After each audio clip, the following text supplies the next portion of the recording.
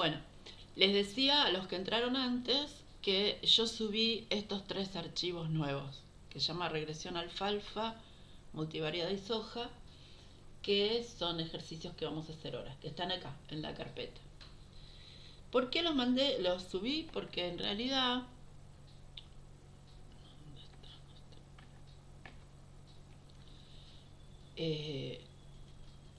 está el apunte de regresión, que se está abriendo.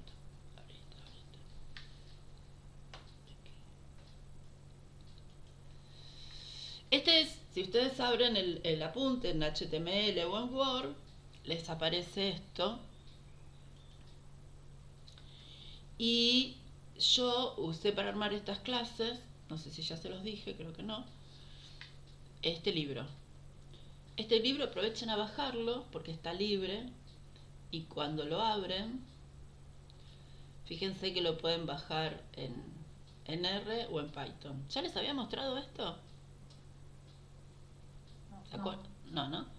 Bueno, está muy bueno y lo que tienen es como la versión de prueba, creo que es, porque nada, se baja completo, está buenísimo. Y tiene varios de los temas que se ven en el curso.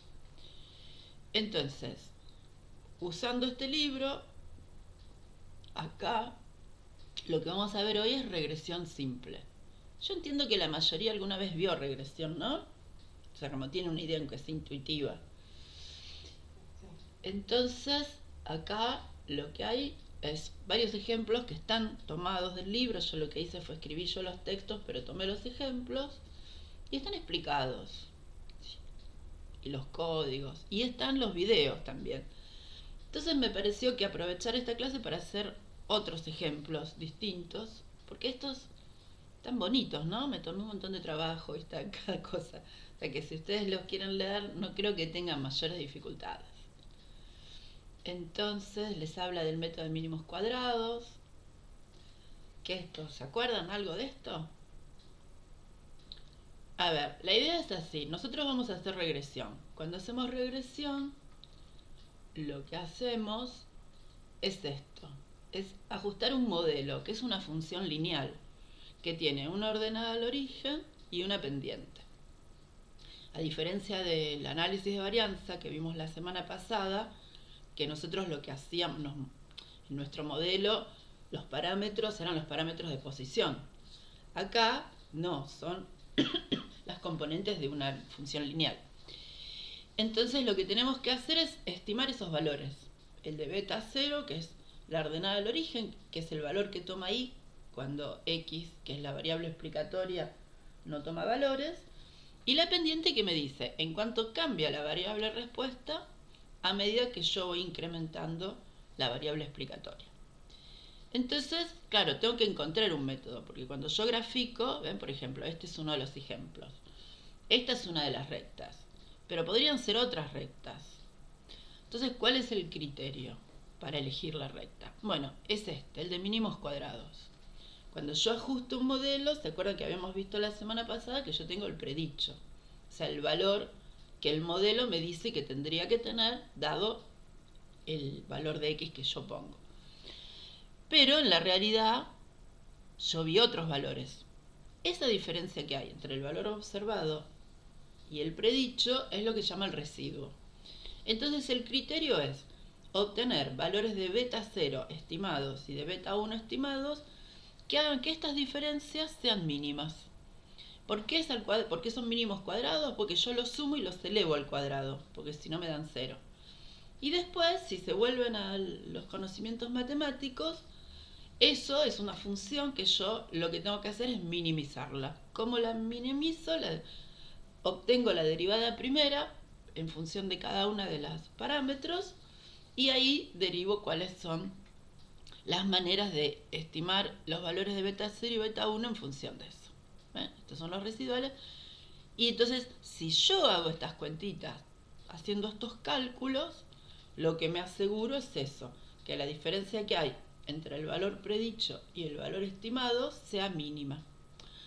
¿Cómo se llega a esta cuenta? Ustedes lo pueden buscar en el libro, eso no es de interés. Pero la idea es que sepan cuál es el criterio. O sea, ¿por qué estimo beta 0 y beta 1 de esa forma? Porque lo que logro es eso, es minimizar los residuales. Después, cuando vean modelos lineales generalizados, van a ver que hay otras maneras de estimar parámetros, que es lo que se llama máxima verosimilitud. Y ahí el criterio es distinto, porque ahí es buscar los valores estimados de los parámetros que maximicen la probabilidad de ser dado los datos.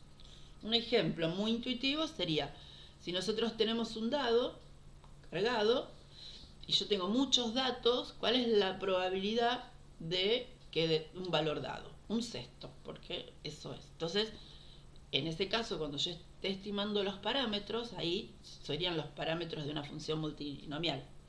Sería 0,6. Si tiro una moneda y quiero estimar ese parámetro, usando máxima verosimilitud, bueno, me va a decir que es 0,5, ¿no? Bueno, después lo van a ver más complejo, pero la idea es que sepan que cuando uno está ajustando modelos, hay distintos criterios. Y el criterio más sencillo y uno de los primeros que se derivó es este, el de mínimos cuadrados. Bueno, eso está todo acá explicadito. Y después, para este caso, ese ruidito es un invitado, sí. Es un invitado.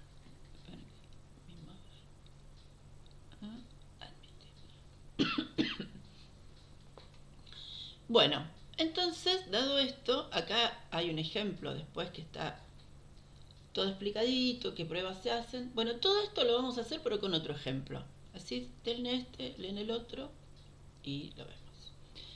Entonces, si vamos acá, esta es la carpeta que ustedes tendrían que bajar. Yo acá armé un proyecto.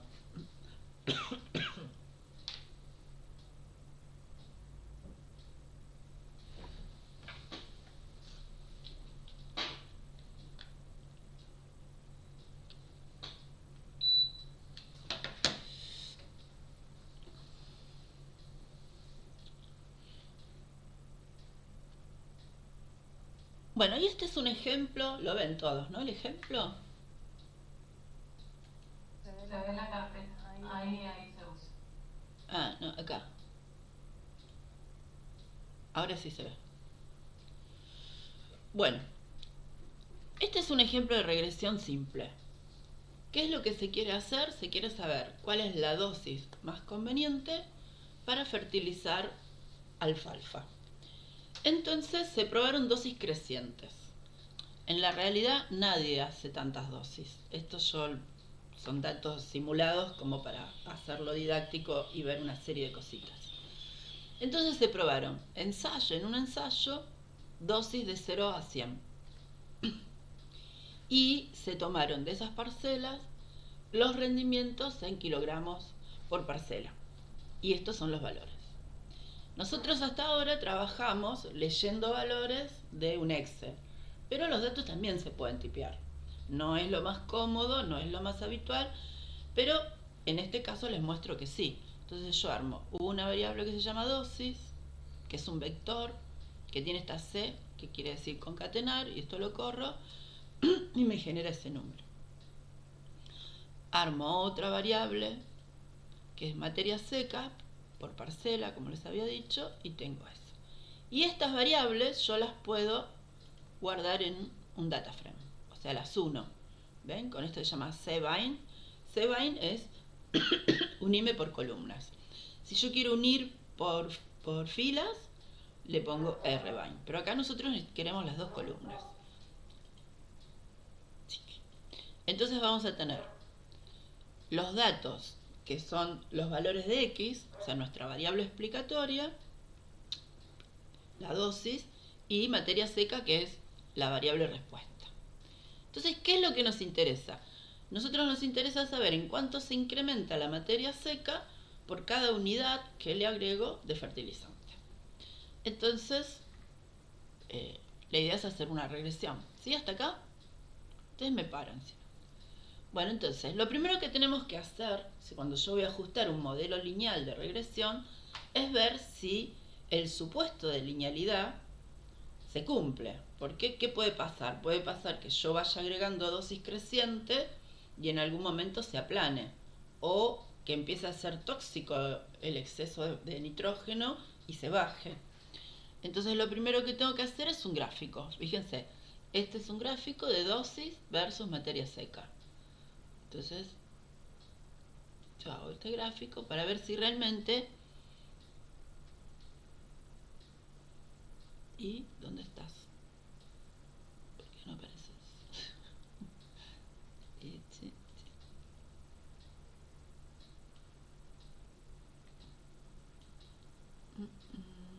Ah, porque no guardé las librerías. Esto, me falta.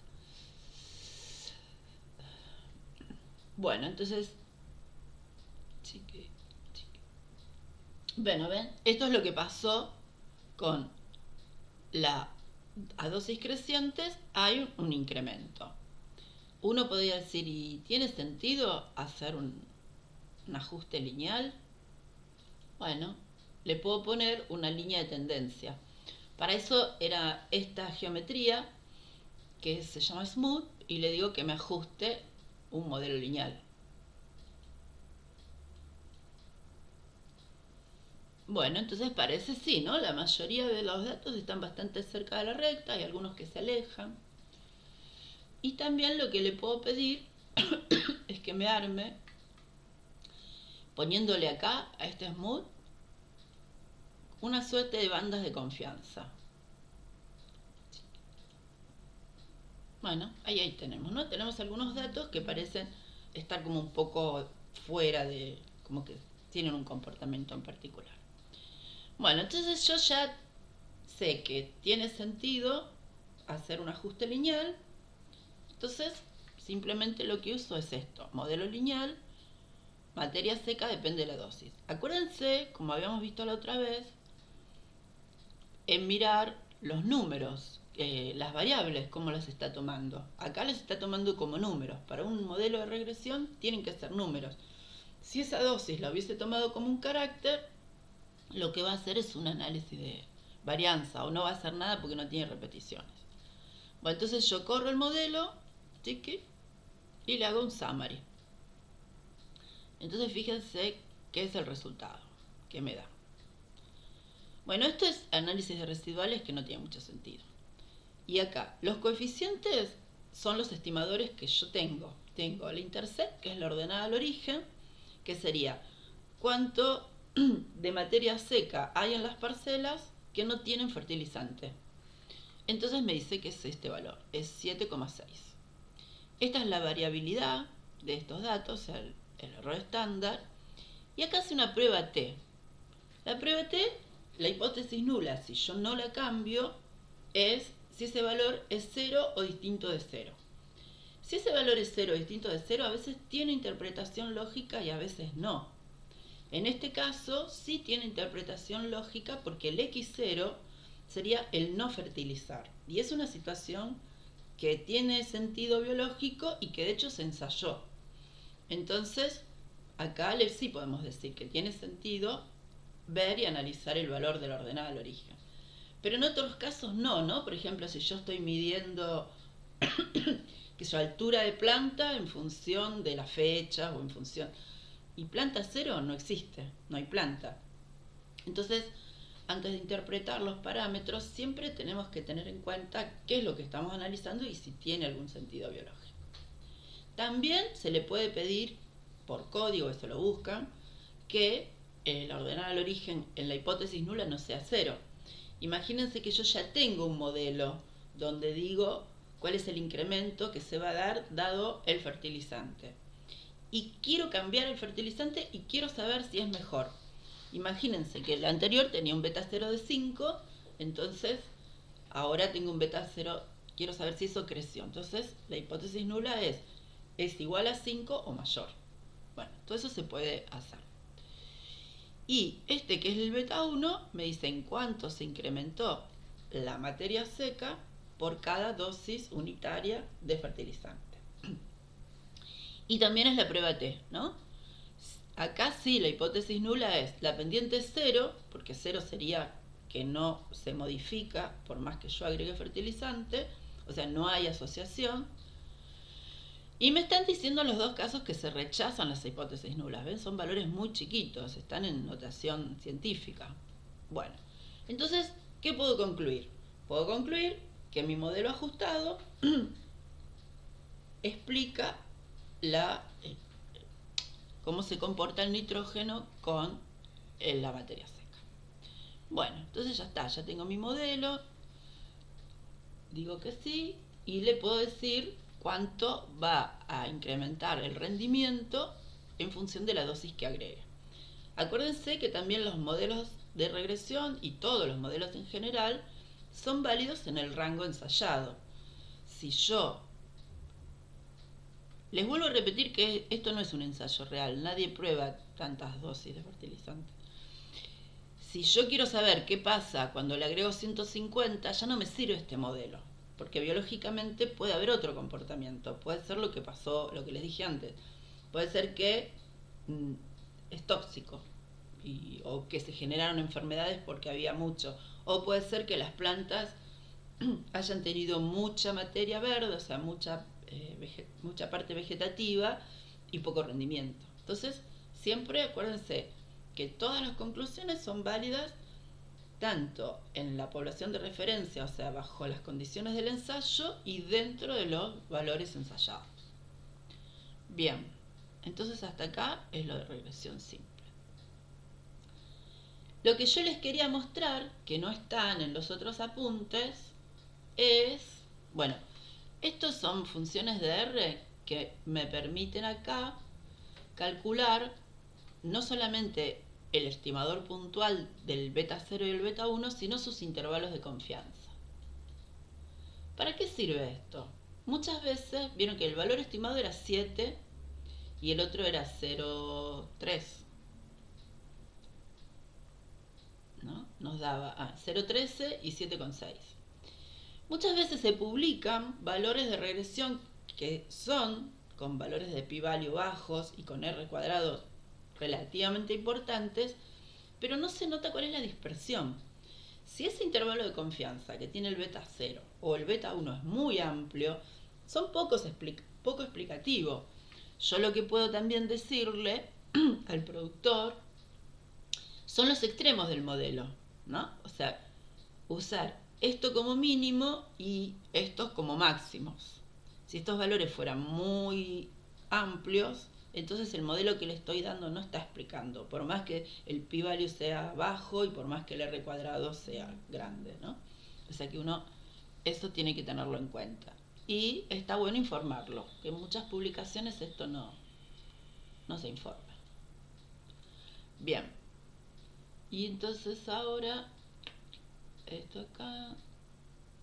Bueno, otro indicador de cuán bueno es el modelo es el R cuadrado.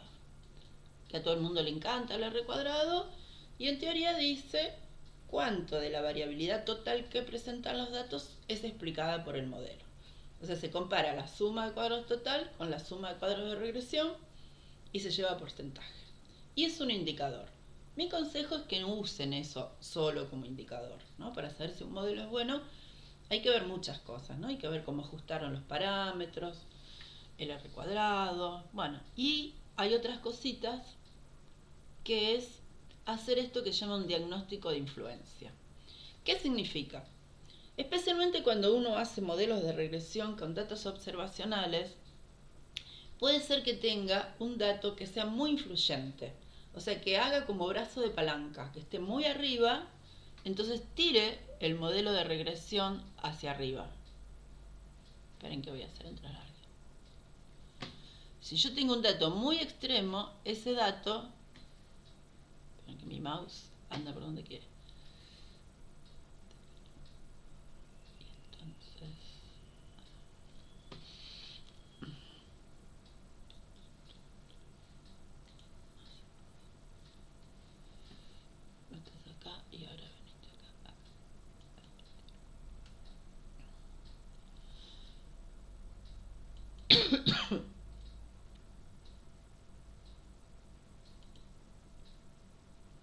Ese dato me puede hacer una palanca muy grande.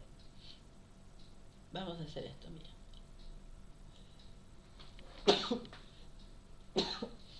Si yo acá pongo un dato muy abajo, esto se me va a ir para abajo. Entonces, esos datos se llaman, ven por ejemplo este que está tirando para abajo. Entonces, ¿cómo los detecto? Bueno, existe una cosa que se llama medidas de influencia. Y es justo esta función que se llama medidas de influencia. Entonces le pongo el modelo y le digo que la saque. Entonces lo que me da es un montón de datos que me dice, por ejemplo, esto es las diferencias de beta. O sea, ¿cuál sería el valor de beta 0 con ese dato y sin ese dato? Entonces uno lo que hace acá es fijarse cuáles son los valores más grandes. Y investiga, ¿ven? Por ejemplo, el 19 es el dato que está en el orden 19. Bueno, y así sucesivamente.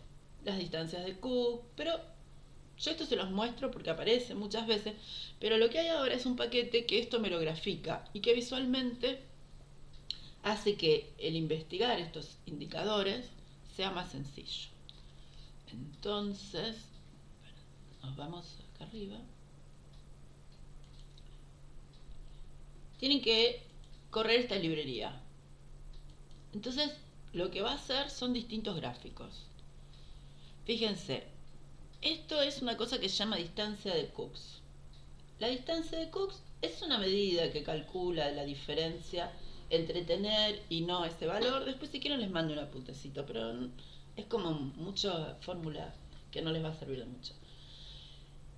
Y lo que hace es como recomendar valores de corte. Entonces acá dice, bueno, si la distancia de Cooks es menor a 0,2, vamos bien, pero si es más grande, no. Entonces acá les dice cuál es el registro que está haciendo de outlier, o sea que está modificando mucho los resultados de los estimadores. Pero no hay que usar uno solo, ¿no? Después están estos otros. Este es lo mismo, pero lo que hace es como, no sé qué hace, no les voy a mentir, no me acuerdo. Este sí es el de las betas. ¿Cómo cambian? Quiero que corras este. ¿Cómo cambian? ¿Y por qué no sale?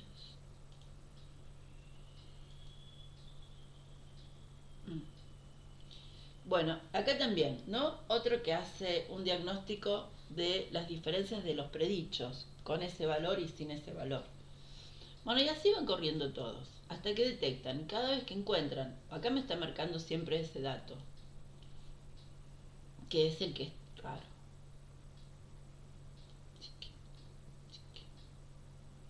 Bien, también lo pueden hacer así, manualmente, ¿no? Esto es lo mismo que había puesto yo arriba. Bueno, entonces, ¿cuál es la idea? Yo voy a hacer un análisis de regresión y entonces tengo que tratar de cuidar mis datos. Nosotros habíamos visto en la clase anterior cómo hacer y detectar datos outliers, pero en eso lo único que hacíamos era buscar valores extremos con el criterio de que estuvieran por encima o por debajo de un cuantil. En un modelo de regresión puede ser que sea esto, ¿no? Que yo tenga un dato muy, muy raro, entonces lo puedo detectar de esta forma. Que quizás haciendo un box plot no me sale como un dato fuera de tipo. Ven acá el dato 19. Si yo me voy acá, el 19 es este, que es el 15,3. Bueno, entonces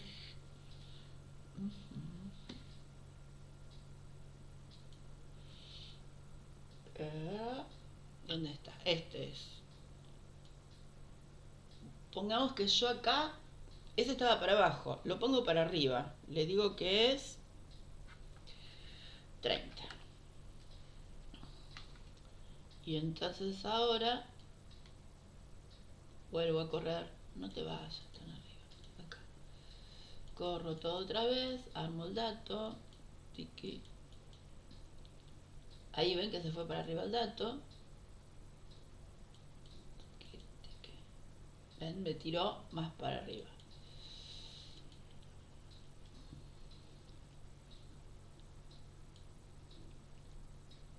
Y miren ahora, ven, por ejemplo, cómo cambió el valor de beta, que era 0,13, ahora es 0,6. O sea que un solo dato que cambie puede cambiar mucho los valores de los estimadores. Vamos a ver ahora acá. No, pues no te quiero. Ven cómo lo marca. Bueno, esto es también otro criterio interesante, especialmente cuando trabajan con datos que no son de ensayos, que son datos observacionales. ¿Qué hago cuando tengo un dato extremo? Y también depende cuál es el objetivo mío para ajustar el modelo. Si yo, imagínense que estoy trabajando con un modelo para saber dosis de fertilizante y para calibrar de manera automática la dosificación. Entonces voy a tratar de no tener datos extremos, porque ese dato extremo por ahí no es representativo. Pero si yo por ahí estoy estudiando cómo es la respuesta fisiológica de una variedad de maíz a una cierta dosis de fertilizante, puede ser que en ese caso yo esté detectando en esa parcela algún genotipo especialmente sensible. O sea, ustedes tienen que tener siempre en cuenta cuando toman una decisión el fenómeno que hay atrás y cuál es el objetivo y qué es lo que quieren analizar. Bueno, ¿se entendió este ejemplo? Sí. Bueno, entonces ustedes si quieren pueden jugar después con esto, agregarle, sacarle datos. Y esto es lo de regresión. Regresión simple, ¿se acuerdan? No tiene demasiadas cositas más para ver, más que las pruebas de hipótesis, las pruebas T, los intervalos de confianza. El ANOVA, que yo acá me lo salteé, es lo mismo. O sea, porque cuando yo tengo un grado de libertad, en este caso, el resultado de la ANOVA y el resultado del summary son exactamente lo mismo. ¿Sí? ¿Seguimos? Sí. Bueno. El caso que tienen ustedes, analizado en el apunte y en el video, que también es un caso de regresión simple, es el del libro, que es un caso de una base de datos de publicidad. Es alguien que quiere incrementar sus ventas, entonces utiliza distintos medios de publicidad y quiere ver en cuánto se incrementa la publicidad al invertir, por ejemplo, en horas de publicidad en televisión. Bueno, está hecho, está armado, está el script, ustedes lo pueden correr y verlo. Si no entienden algo de eso, lo discutimos, pero es bastante sencillo. Y después me acordé que tampoco está en el apunte. Ustedes en el apunte tienen como un ejemplo de regresión múltiple, que es una base de datos sanitaria. O sea, se quiere detectar, creo que es, bueno, no les voy a mentir porque no me acuerdo, pero se quiere detectar diabetes en función de un marcador. Y tienen otras cosas más para detectar. Entonces, bueno, se hace la regresión con eso. Pero acá yo les puse un ejemplo que es interesante. Vamos a borrar todo lo anterior.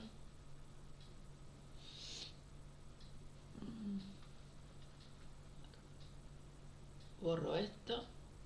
Sí, borro todo. Y borro esto. Sí. Y acá borro esto.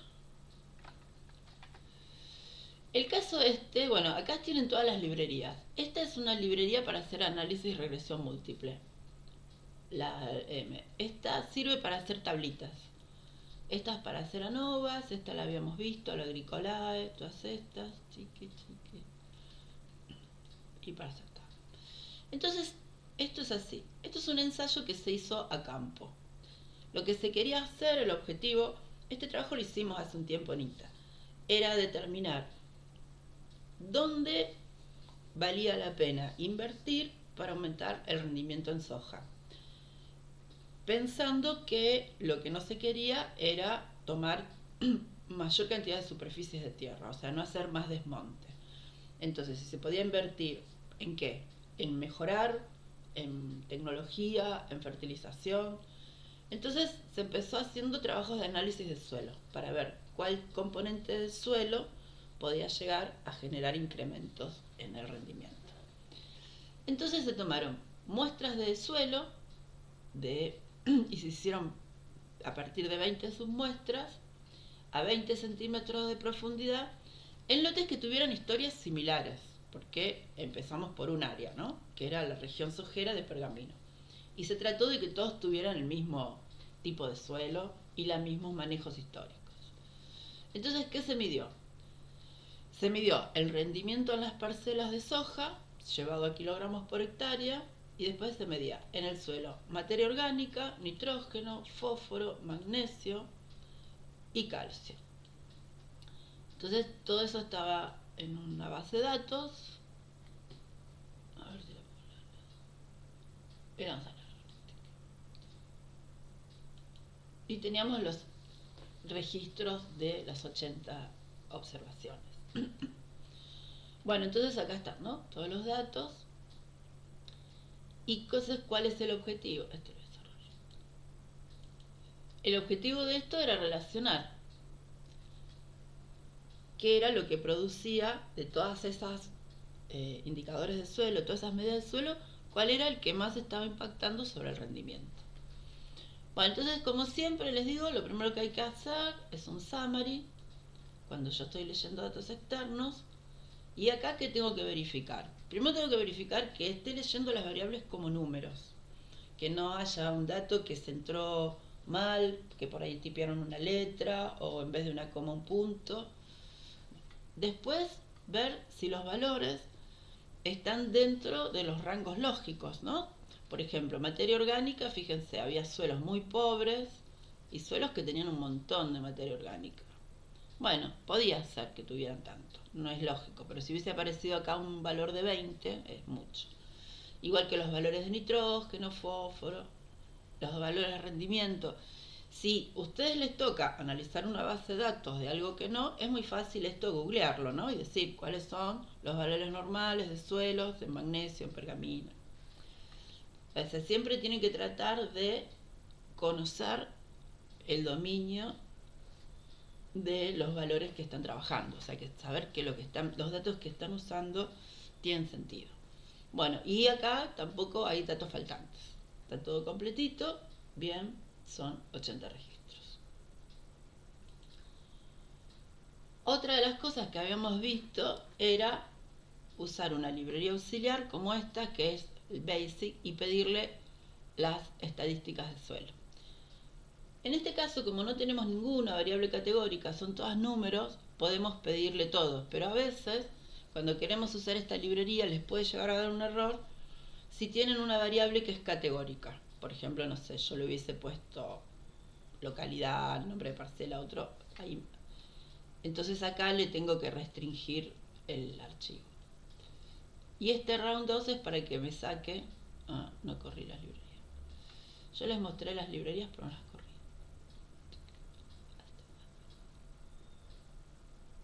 Bueno.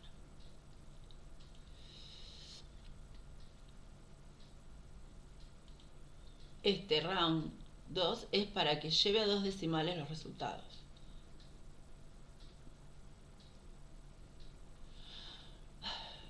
Pero yo la corrí.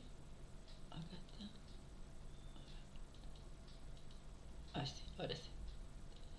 Bueno, entonces acá tengo mucha información más detallada, ¿no? De cada una de las variables tengo la cantidad de observaciones, me dice cuántos datos faltantes hay, los máximos, los mínimos. Bueno, esto está, hay que sentarse, mirarlo y ver si uno puede llegar a encontrar algún registro que implique un dato mal tomado o alguna cosa incoherente. Bien, en este caso no había nada, los datos estaban todos bien. Nosotros acá tenemos muchas variables, entonces tenemos una variable de respuesta, que es el rendimiento, y las otras son explicatorias. Entonces lo que vamos a hacer es un gráfico múltiple, usando esta librería que se llama gggali. Y le vamos a pedir este gráfico que se llama gráfico de pares o gráficos matriciales, porque hacen todas las variables versus todas las variables.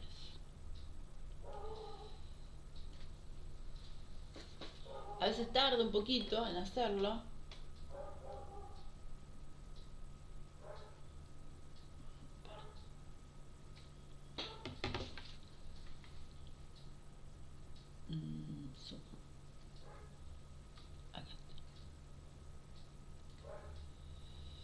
¿Qué es lo que hace? En este gráfico yo tengo, tanto en filas y en columnas, las variables. Entonces, en la diagonal, lo que me aparece son las funciones de distribución de las variables. A mí la que más me interesa ver es la función de distribución de la variable respuesta, que es el rendimiento. Si bien después, para el supuesto de normalidad, voy a usar los residuales, pero ya de entrada tengo que tener una idea de que esa variable tiene ese comportamiento típico de la campana de Gauss. Entonces, en esta columna, en esta fila de acá abajo, en Y están los valores de rendimiento y en X están las distintas variables explicatorias. Entonces, por ejemplo, esta es la relación del rendimiento con el calcio, acá con el magnesio, con el fósforo, con el nitrógeno y con materia orgánica. Hay como, ¿no?, un comportamiento creciente. ¿Qué es lo que hay en el resto del gráfico? La relación entre variables explicatorias. Fíjense, el calcio y el nitrógeno están muy asociados. La materia orgánica también parece estar muy asociada con el fósforo, con el nitrógeno. ¿Y esto por qué nos interesa? Cuando nosotros hacemos un modelo de regresión múltiple, lo que tenemos que tratar es de no poner en el modelo variables que estén muy asociadas, porque sería como poner dos veces lo mismo. Entonces, eso puede hacer que nuestro modelo no sea representativo. Se produce algo que se llama multicolinealidad, como que yo estoy explicando dos veces lo mismo con distintas variables y es como redundante. Entonces ahora vamos a ver cómo hacemos para detectar y qué hacemos en ese caso con esas variables. Entonces acá ya podemos ver, ¿no?, que calcio y nitrógeno es más o menos lo mismo. A veces esto se usa al revés. Nosotros en una época trabajamos en un programa de mejoramiento de pochoclo. ¿Vieron el maíz? Para medir la capacidad de empororar, que se llama, lo que se hace es, después de cosechar, se ponen los granos en era como un tubo, ¿no?, y se los cocina y se hace pochoclo y se mide el volumen. Pero había una de las variedades que cuanto más empororaba, tenía como unas nervaduras rojas. Entonces se podía medir el color, se podía hacer una escala, ¿no?, de niveles de color y veíamos cuán asociado estaba eso. ¿Para qué nos servía? Como para hacer un primer screening, para decir, bueno, en vez de esperar al final del ciclo y tener que cosechar y hacer todo, ya sabemos que las que vienen con esas nervaduras rojas en vez de la hoja, eso es un indicador de que el almidón que está produciendo ese grano es el que después va a producir el pochoclo. Pero bueno, eso hay que hacerlo con cautela y ver, ¿no? A veces uno lo que hace es buscar variables asociadas que indirectamente midan lo que uno quiere cuando es muy complicado. Y estos mejoramientos se usa bastante. Bien, entonces acá vemos que tenemos toda esta información, pero que alguna información que le estamos dando al rendimiento puede llegar a ser redundante. ¿Cómo lo detectamos? Bien.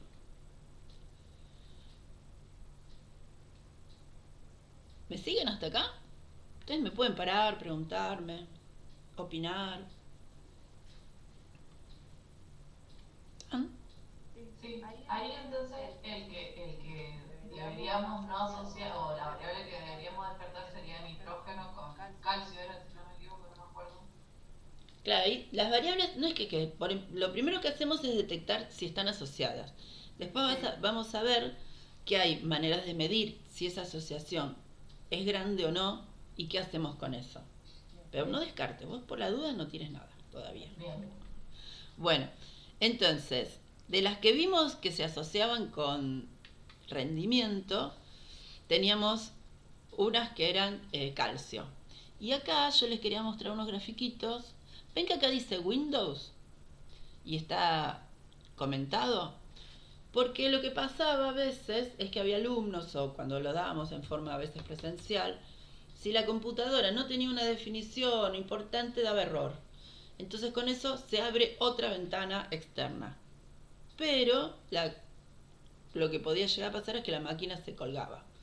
O sea que si uno tenía una computadora pobrecita, para decirlo así, uno puede abrir una ventana externa para gráficos, pero corriendo el riesgo que después se cuelgue todo. Pero bueno, ahora ya las computadoras no tienen ese problema.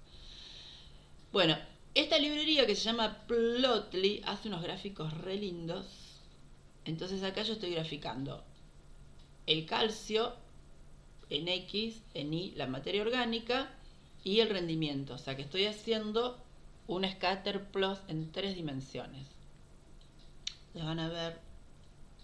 Bueno, después todo lo demás es cambiarle los nombres a los ejes y eso.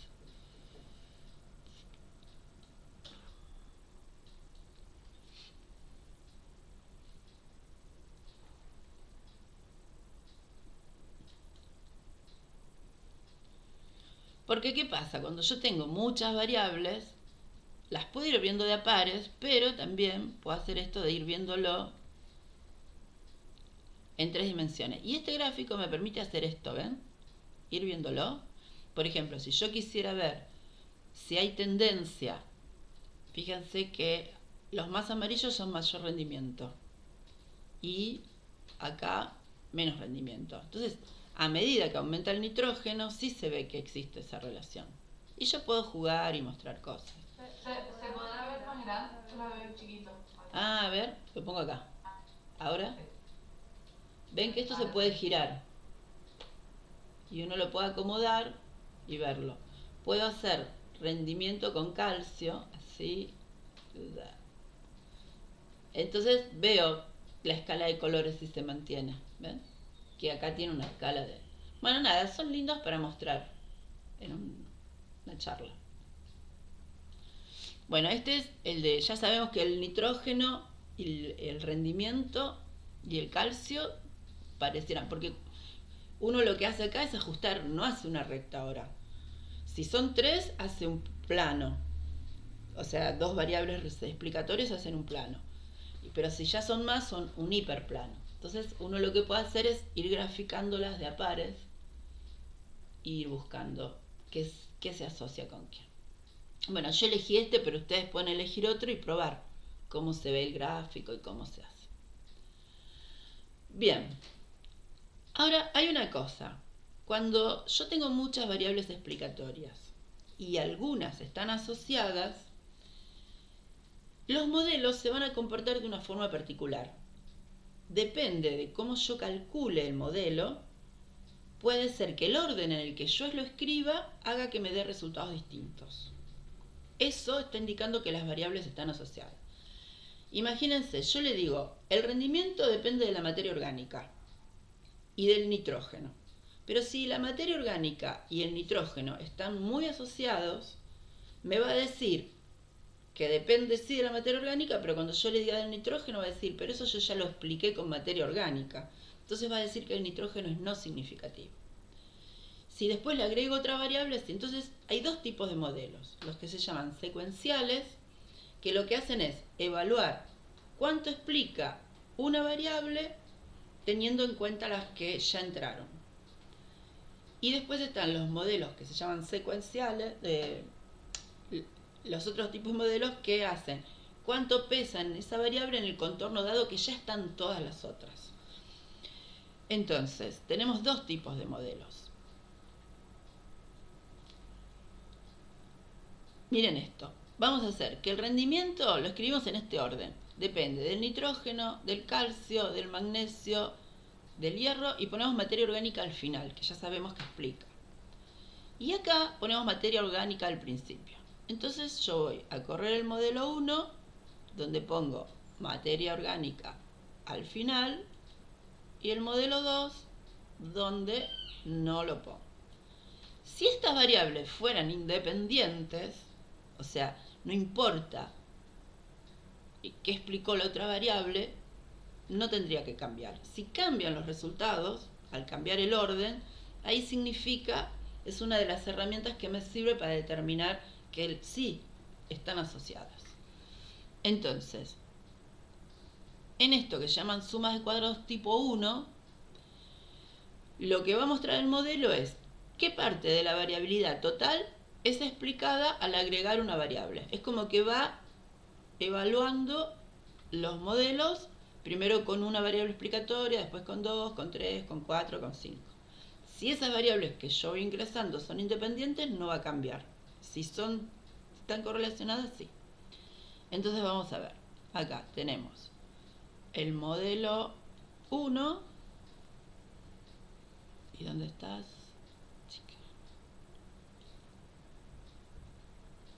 Bueno, fíjense, en este yo puse materia orgánica al final y me dice que la materia orgánica no explica. Y puse nitrógeno.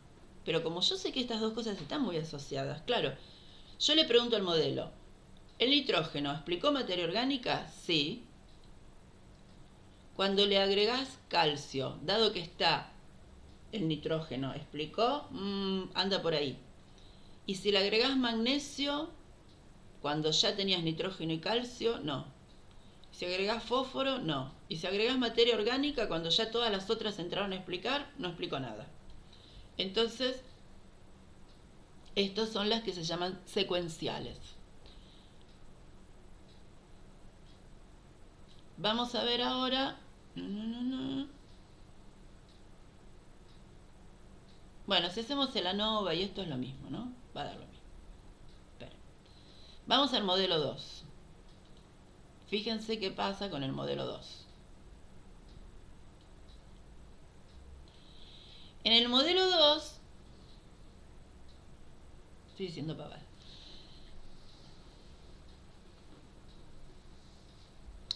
Lo que yo les mostré, perdón, eran las parciales. O sea, ¿cuánto explica? Olvídense todo lo que dije por los últimos minutos. Estos tipos de suma de cuadrados me dicen cuánto explica una variable dado que están todas las otras. Las secuenciales se las voy a mostrar ahora. Este es igual, o sea, no me cambió por más que yo haya cambiado. Ahora, estas que son las sumas de cuadrados tipo 3,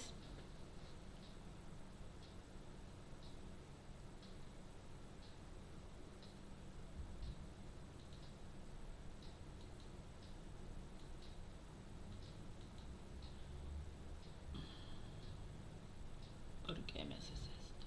Vamos a hacer esto. RAM.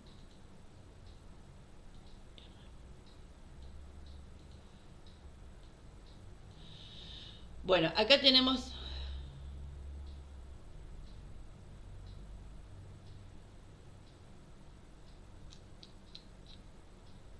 Chicos, le estoy haciendo lío, ¿no? Sí, me estoy haciendo lío yo. Ahí salió igual, ¿o no? Sí.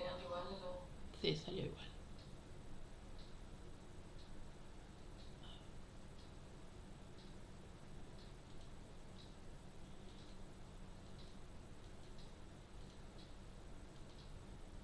Este y este vamos a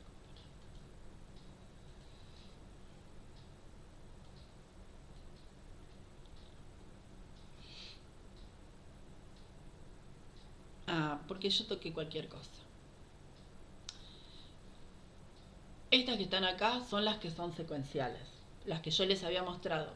Cuando poníamos primero el nitrógeno era significativo. Y dejábamos última la materia y ya no. Entonces estas sí las va poniendo de a una. En cambio, acá, cuando yo puse primero la materia orgánica, fíjense que sí me dio significativo y ahora el nitrógeno ya casi no lo es. Y eso es porque estas están muy asociadas. Entonces, estas son las que son secuenciales. Y las que les mostré que no cambiaban, lo que hace en ese caso son las sumas de cuadrados que evalúan un factor dado que sí están todos los otros. Entonces, cuando yo corro los dos tipos de sumas de cuadrados y me dan distinto, ahí tengo sospecha de que estoy teniendo una variable que está asociada con otra. Fíjense, a ver qué hice acá. Bueno, eso es lo que se llama multicolinealidad. Otra manera de verlo es haciendo algo parecido a lo que habíamos hecho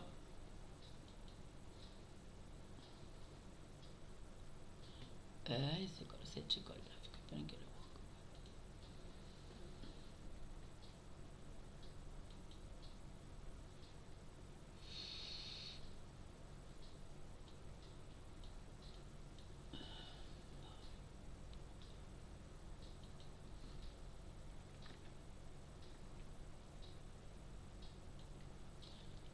colgó mi máquina. Esperen que...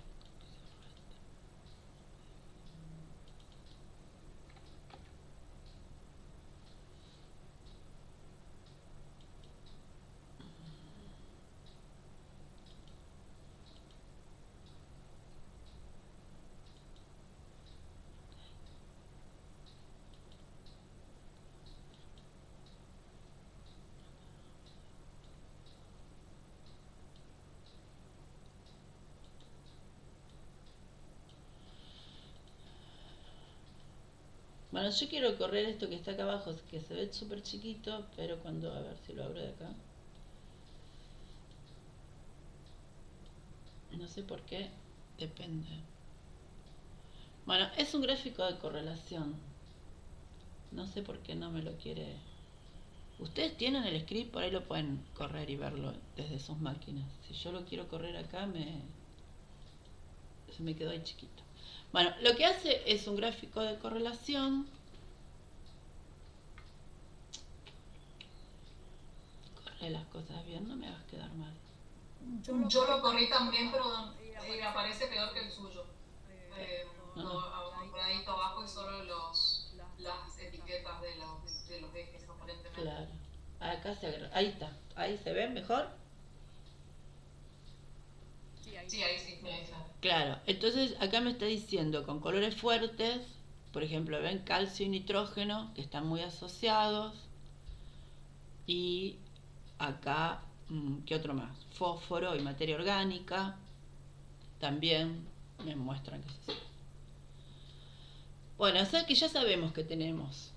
Otra manera de detectar esto es haciendo este indicador que se llama BIF, que es un indicador como de que infla la varianza del modelo porque le estoy metiendo 2 veces la misma variable.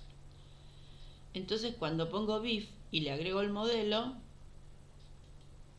y después, bueno, este es un truquito para convertirlo en datos y hacerlo para mostrar el gráfico, ¿ven? Acá lo que tengo es, para cada variable, el valor del BIF. Lo que dicen los libros es que si el valor está acercado a 5, eso indica que esa variable está asociada con otra. Entonces nosotros ya sabemos que el nitrógeno y el calcio están asociados, o sea que poner las dos variables en el modelo quizás no tiene sentido. ¿Qué elegiríamos? Bueno, en la práctica podemos elegir la que sea más fácil de medir o más barata. Si no queremos perder variables, una manera de hacer es lo que se llama hacer componentes principales. ¿Qué hacen las componentes principales? Hacen una combinación lineal de estas variables de manera que las convierte en variables independientes. El problema de eso es después interpretar esos resultados. Entonces, le vamos a decir qué es lo que pasó en este caso. Bueno, este es con el modelo 1 y con el modelo 2 va a pasar lo mismo. Vas a querer correr todo, ¿no? Bueno, no importa. Entonces,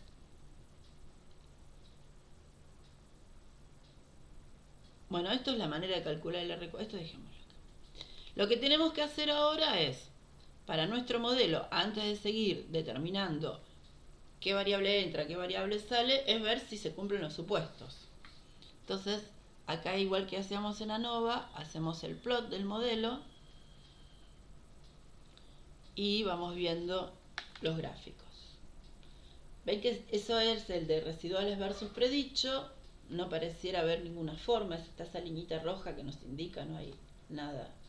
Este era el QQ-plot, los datos parecen estar bastante alineados. Esto es qué pasa cuando estandarizamos.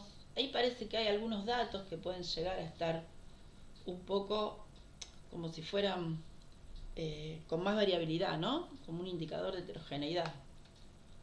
Y acá, como esto nos marcaría algunos datos que podrían llegar a estar fuera de tipo. Esos que dice 10, 64, 67 y 44, podríamos investigarlos con las herramientas que vimos antes y determinar si realmente son datos outliers o no.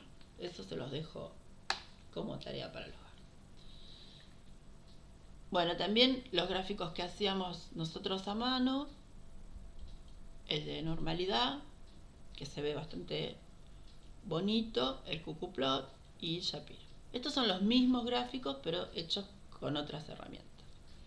Ahora, cuando yo tengo regresión múltiple y quiero elegir variables, otra de las formas de hacerlo es usando esta librería. Esta librería lo que hace es arma todos los modelos posibles y me da toda una serie de indicadores. Entonces yo ahí puedo determinar qué modelo es el que mejor ajusta. Entonces corro todo esto y arma una tabla. Y vamos a hacer un zoom de esta tabla.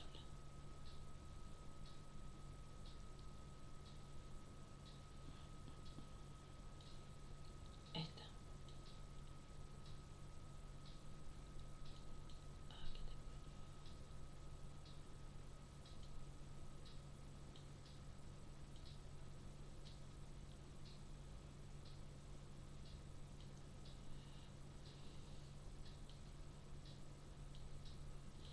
Entonces, ¿qué es lo que hace? Dice que acá hay un montón de indicadores. Fíjense, uno es el R cuadrado ajustado. Por lo general, estos ajustan todos bastante bajo, ¿no? El primer modelo, según este programa, que mejor ajusta es el que tiene calcio, fósforo y nitrógeno. Pero ya nosotros sabíamos que el calcio y el nitrógeno estaban asociados, así que no nos gusta este. Después, el segundo también tiene calcio y nitrógeno. El tercero tiene calcio y materia orgánica. Entonces, podríamos quedarnos con este modelo, ¿sí? Que tiene calcio, tiene materia orgánica, es uno de los mejores, y ya sabemos que esas dos variables no están asociadas, son independientes.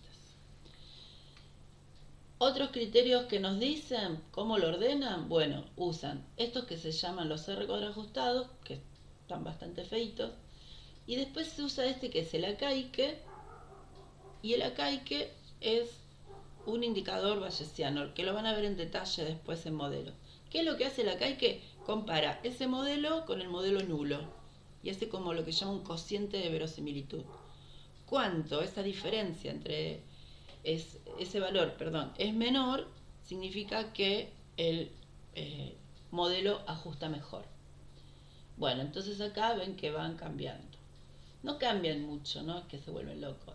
Y el delta Akaike es la diferencia. Entre este y este hay 3 unidades. Unidades de la nada, porque es un cociente.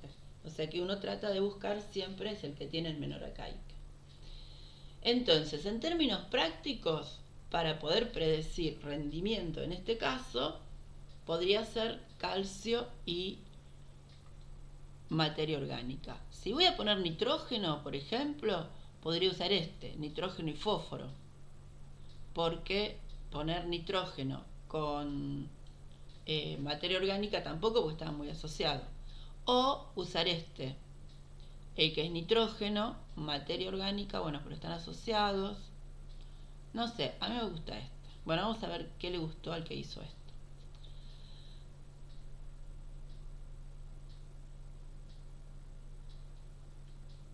Bueno,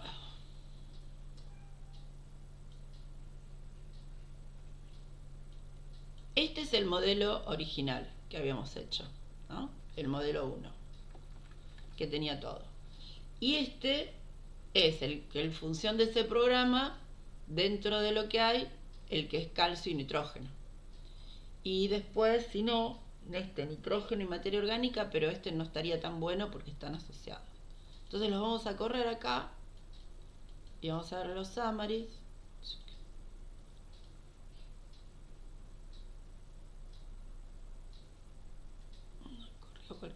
Este era el que habíamos corrido el primero, el que ya conocíamos.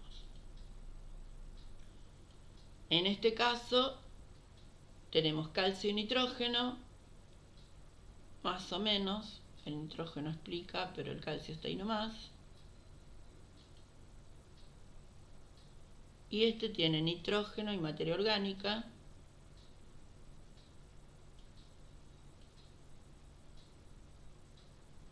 ¿Y por qué no corres? Acá está.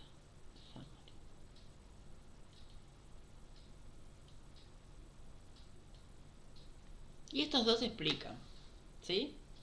Entonces, en la práctica tendríamos que decidir con cuál nos quedamos. En esta situación yo les cuento lo que nos quedamos con nitrógeno y materia orgánica. ¿Por qué? Porque son dos cosas que son fáciles de medir a campo. Entonces, para determinar qué dosis de... Porque aparte el objetivo era ver si valía la pena meter o no fertilizante o mejorar materia orgánica. Porque los otros indicadores, por más que los hubiésemos medido, fósforo, calcio y todo eso, algunos parecían no ser significativos y otros tampoco eran fáciles de implementar como prácticas. Entonces, dentro de todo lo que se midió, lo que vimos es que la materia orgánica sí mejoraba el rendimiento y el nitrógeno también. Y entre ellos no había una asociación tampoco tan grande. Bueno, esto para mostrarle que a veces no es tan fácil armar un modelo, ¿no? Este era un caso real de datos para hacerlo. Bueno, hasta acá, ¿cómo vamos?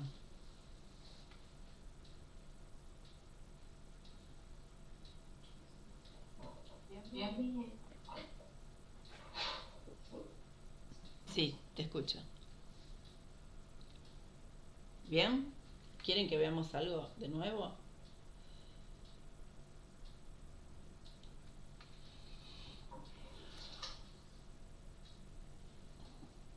Hola, buenas tardes. Sí. Elsa, ¿podrás mostrar de nuevo cómo armar el gráfico del BIF? Eso me perdí yo ahí cuando armó, lo le dije enseguida y me perdí. Ah, bueno. Sí, sí, lo hacemos.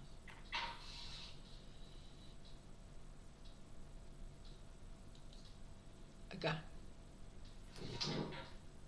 Espera.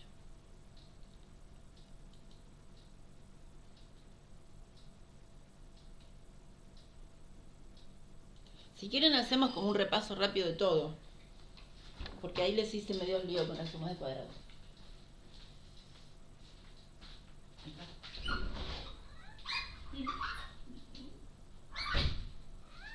Bueno.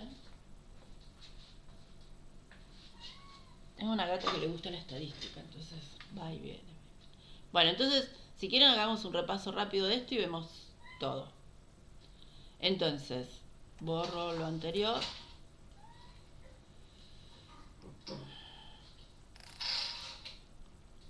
Acá. Entonces, la idea era tomar distintas variables del suelo y ver cómo se relacionaban con el rendimiento. Entonces, la primera parte hicimos las estadísticas descriptivas. Y después hicimos este gráfico que asociaba todas las variables con todas.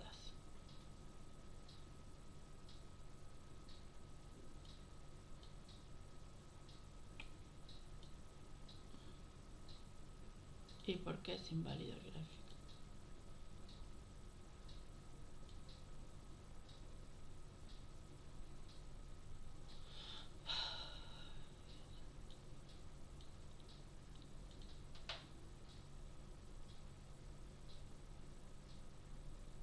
¿Y por qué?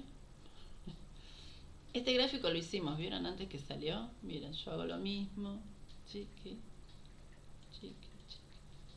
Bueno, no importa. Estos eran los gráficos 3D. Y acá era el modelo 1, le decíamos que primero entraba el nitrógeno. Y el modelo 2, lo que entraba y último materia orgánica. Y acá entraba primero materia orgánica y después el nitrógeno. Que en realidad podríamos poner el nitrógeno último. ¿No? Vamos a probar eso. Mandamos el nitrógeno atrás de todo. Y este sería, entonces vamos a correr modelo 1 y modelo 2.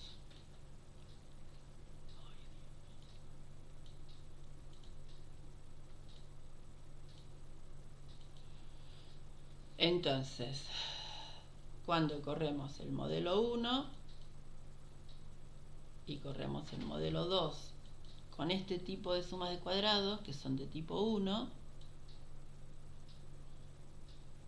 vemos que no hay diferencias, ¿no? Acá la materia orgánica es no significativa, acá no. ¿Dónde está acá? Otra vez diciendo para... Vemos que acá sí hay diferencias. O sea, pusimos la materia orgánica primero y es significativa, y acá la pusimos al final y no. Porque estos son las sumas de cuadrados secuenciales que van evaluando a medida que entran las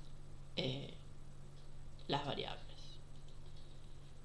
Después, yo les había mostrado que lo que podíamos hacer era pedir estas, las tipo 3, que estas no dependen del orden. Entonces si yo corro esta y corro esta,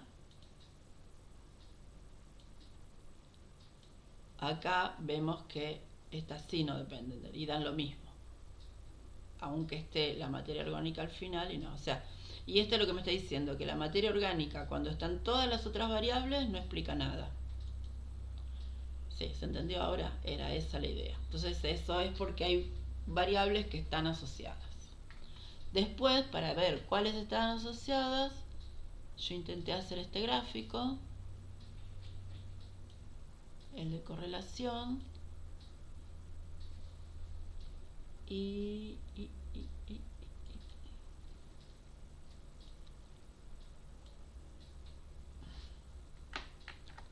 cuando se los quiero mostrar, no me deja. Bueno, lo muestro acá abajo. Y entonces acá nos muestra, y ya habíamos dicho que el calcio y el nitrógeno son los que están asociados, ¿sí? Después, materia orgánica y nitrógeno un poquito, fósforo y nitrógeno son independientes, con magnesio también. Entonces, ya los que no tenemos que poner en un modelo es calcio y nitrógeno. Si ponemos uno, no tenemos que poner el otro, porque son dos variables que están muy asociadas.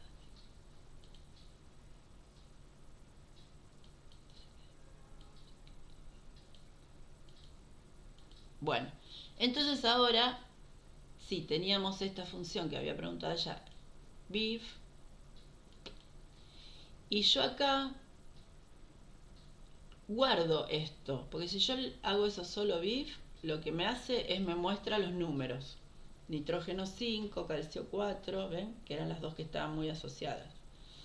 Y yo lo que quise es esto, hacer un gráfico de barras. Entonces lo guardé con un nombre al objeto, este BIF, y después le dije que lo convierta en un data frame y que las variables sean numéricas. Nada más que para tener yo este data frame que es el que voy a graficar.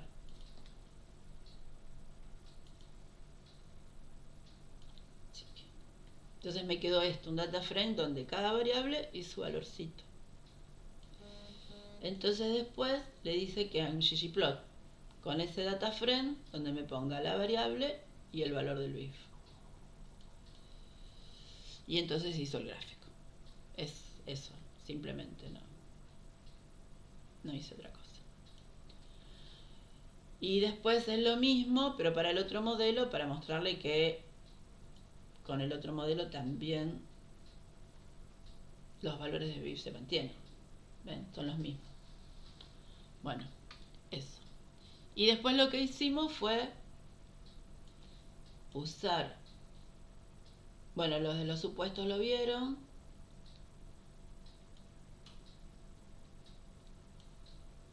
Y ver estos indicadores de regresión, con qué variables nos quedábamos.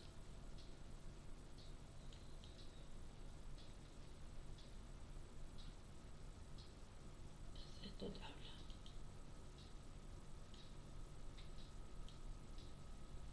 Entonces lo que hace es ordena los modelos, pero lo que nosotros sabíamos que no teníamos que elegir ningún modelo que tuviera calcio y nitrógeno, que estaban muy asociados. Por ejemplo, todos los que tienen calcio y nitrógeno, estamos poniendo dos variables que miden lo mismo. Entonces, lo que habíamos visto, ustedes están viendo esto, ¿no? Sí. Sí,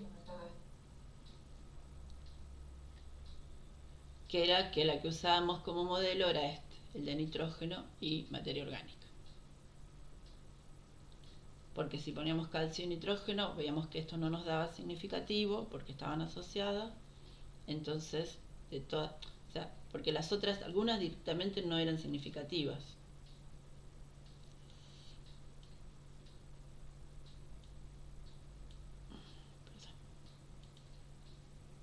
O sea que no explicaban nada. El fósforo no explica, el magnesio no explica. Explicaban solo calcio, nitrógeno y materia orgánica, pero nitrógeno y calcio estaban asociados. Entonces, el modelo que más nos cerraba era el de nitrógeno y materia orgánica. Bueno, espero haber aclarado un poquito el lío que les hice antes con lo de las sumas de cuadrados. Para hacer los dos tipos de sumas de cuadrados en R, si ustedes usaban Infostat, salían directamente las dos tipos de suma de cuadrados juntas. En cambio en R, lo que hay que hacer es pedirlas específicamente. ¿Ven? Acá donde se usa esta función que es ANOVA con la A mayúscula, se pone el modelo y se le tiene que poner tipo 3. Estas serían las que no dependen del orden, que son parciales. En cambio, las que son secuenciales son las que uno saca directamente. Estas, con el ANOVA en minúscula. Esa es la diferencia. Bueno. ¿Conviene hacer el tipo 3 directamente? ¿O? Lo que pasa es que conviene, no. La idea es que vos trates de no poner en tu modelo variables que están correlacionadas. Entonces, cuando vos haces las dos, si cambian mucho los valores al hacer una o al hacer la otra, ahí el otro paso es que hagas el BIF y te fijes si hay variables que están muy asociadas. Eso. Bueno, esto es todo lo que hay de regresión. Hay un ejemplo de regresión con variables categóricas y hay un ejemplo de regresión tipo 2 en la guía. Pero son como muchas cosas juntas, ¿no?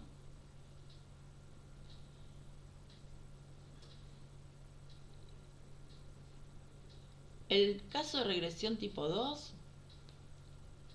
el de variables categóricas, bueno, si quieren lo vemos rapidito. Es el caso donde una de las variables es categórica. O sea, ¿qué significa? Por ejemplo, yo tengo datos de modelos en distintas localidades o con distinto tipo de personas.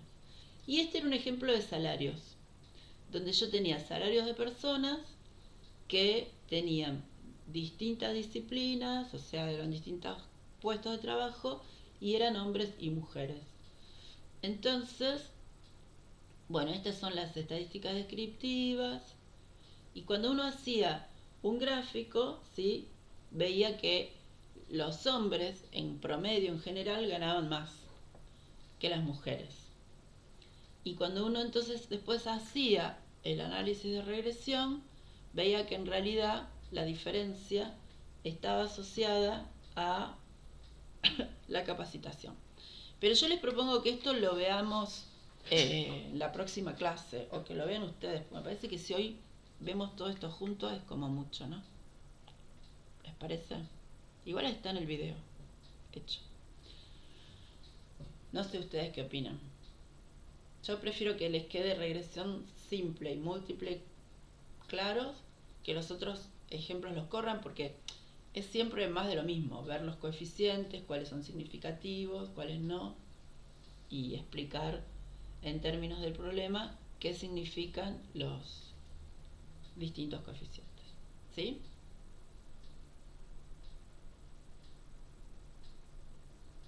Sí. Perfecto. Bueno, los dejo trabajar. Cualquier cosa, nos vemos. La semana que viene Adriana. Y Yo les pregunto por el foro si quieren que veamos algún otro ejemplo de regresión, porque entiendo que es uno de los temas que más se usa.